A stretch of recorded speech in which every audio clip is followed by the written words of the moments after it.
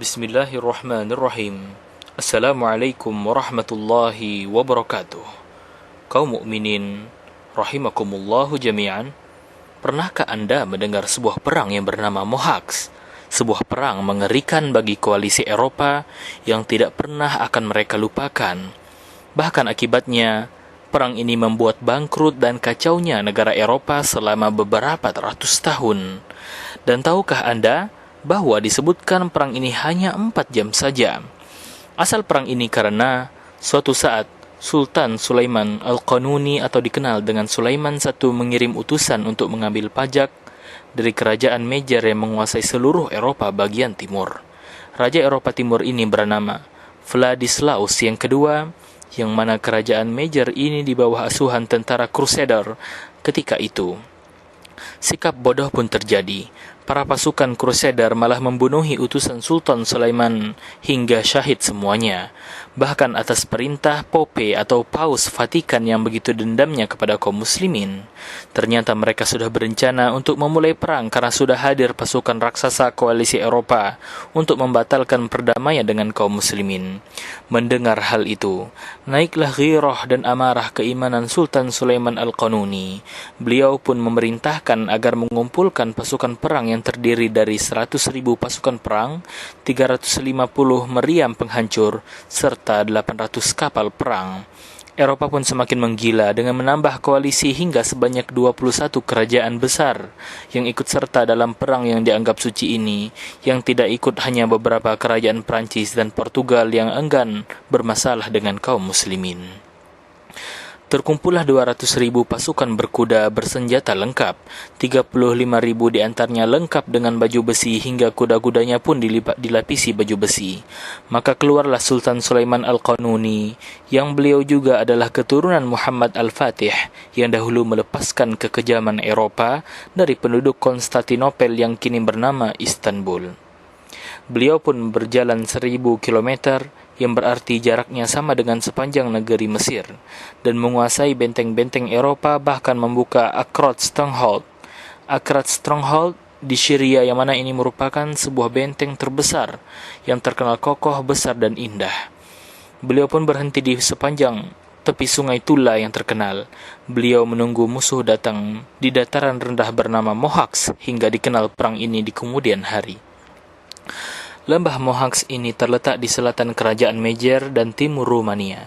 Adapun masalah yang akan dihadapi Sultan Sulaiman adalah banyaknya pasukan kuda Eropa, apalagi yang lengkap dengan baju besi plus kuda-kudanya. Karena mereka tidak mungkin ditembus dengan panah-panah atau peluru pasukan Jenisari atau sekadar duel karena berbaju zirah lengkap dan kokoh, sehingga beliau pun harus memikirkan taktik perang ampuh untuk menyelesaikan perang ini dengan kemenangan gemilang. Apa yang beliau lakukan? Setelah beliau sholat subuh, beliau berdiri sambil menatap ke arah pasukan Eropa yang tidak kelihatan ujung pasukannya. Beliau menyampaikan khutbah yang begitu mengena, hingga beliau dan seluruh pasukan tumpah air matanya di dalam derayan nasihat pelembut kalbu penyemangat jiwa raga. Setelah itu, beliau memanggil semua panglima perang dan menyuruh mereka agar membentuk barisan dengan 3 saf sepanjang 10 km. Beliau meletakkan pasukan perintis yang kokoh dan ahli di barisan paling depan. Kemudian pasukan berkuda ringan di bagian kedua yang dicampur dengan pasukan infanteri atau pejalan kaki. Kemudian selanjutnya pasukan sukarela yang ingin cepat bertemu surga. Sedangkan pasukan 350 meriam diletakkan di bagian paling belakang di kilometer 10. Pasukan koalisi Eropa pun maju dengan penuh kebanggaan, karena jumlah mereka 2 kali lipat dan bersenjata lebih lengkap, yang langsung dipimpin Pope atau Paus dan Raja Vlad. Kayu-kayu salib berlapis emas yang sangat tinggi diangkat untuk menyemangati pasukan Eropa. Lagu-lagu gereja pun digemuruhkan memecah suara kuda dan baju besi di tengah debu-debu yang berterbangan. Sultan Sulaiman mengeluarkan perintah bagi pasukan perintis di depan untuk diam dan menahan pasukan 1 jam saja. Kemudian mereka diperintahkan untuk lari ke belakang sebagai taktik untuk menarik pasukan Eropa. Pasukan barisan kedua yang terdiri dari pasukan kuda ringan diperintah untuk membuka jalan tengah, sedangkan pasukan pertama diperintahkan menuju dari kedua sisi bukan ke belakang sambil menahan dibantu pasukan kedua.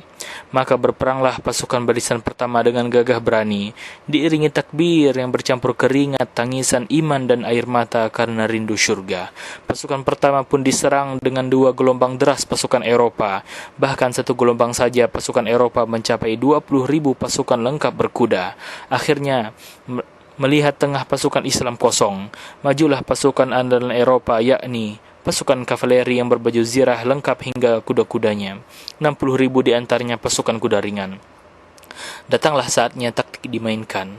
Setelah 1 jam penuh kesabaran, pasukan pertama yang kokoh diperintahkan untuk mundur perlahan ke arah samping dengan diamankan pasukan sukarela dan pasukan pejalan kaki dari belakang. Maka mendadak kosong bagian tengah pasukan kaum muslimin.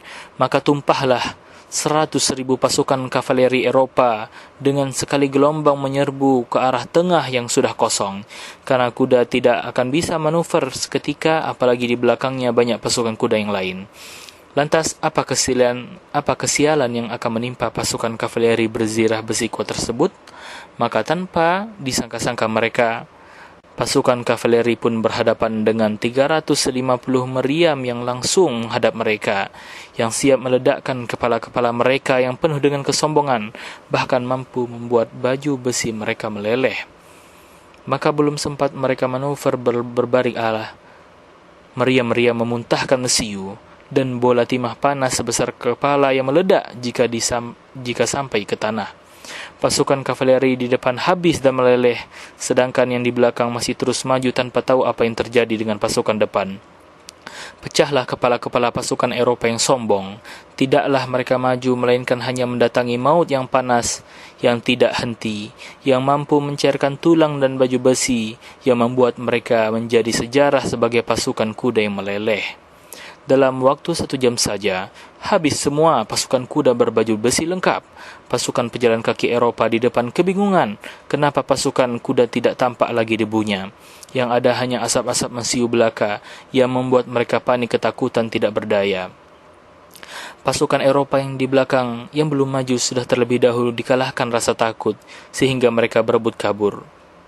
Bahkan saking paniknya, mereka menyeberangi sungai dan tenggelam karena tidak bisa berenang. Sedangkan sisanya yang lain terinjak-injak di tepi sungai dengan gelombang pasukan ketakutan yang datang dari arah depan.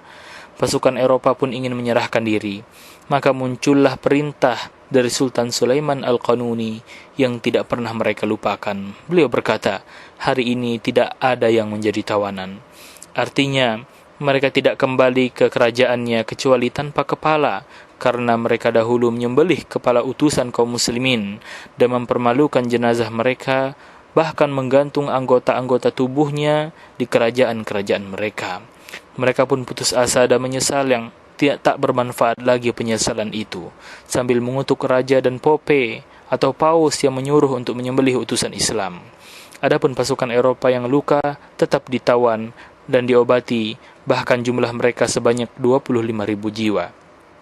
Sultan Sulaiman Al-Qanuni pun keluar dari peperangan dengan keberhasilan telak dan kejayaan. Beliau singgah di kerajaan Mejer yang menguasai Eropa Timur dan membuat gentar seluruh dataran Eropa, yang tiap malam mereka bernyanyi di tempat ibadah mereka agar sang sultan dimatikan akibat kebencian mereka. Beliau pun mengurus kerajaan selama 2 hari, lalu beliau pulang. Hingga saat ini, banyak sekali puisi-puisi kesedihan dan ratapan Eropa yang ditemukan mengenang kekalahan koalisi hebat Eropa dalam 4 jam saja. Ya, 4 jam saja.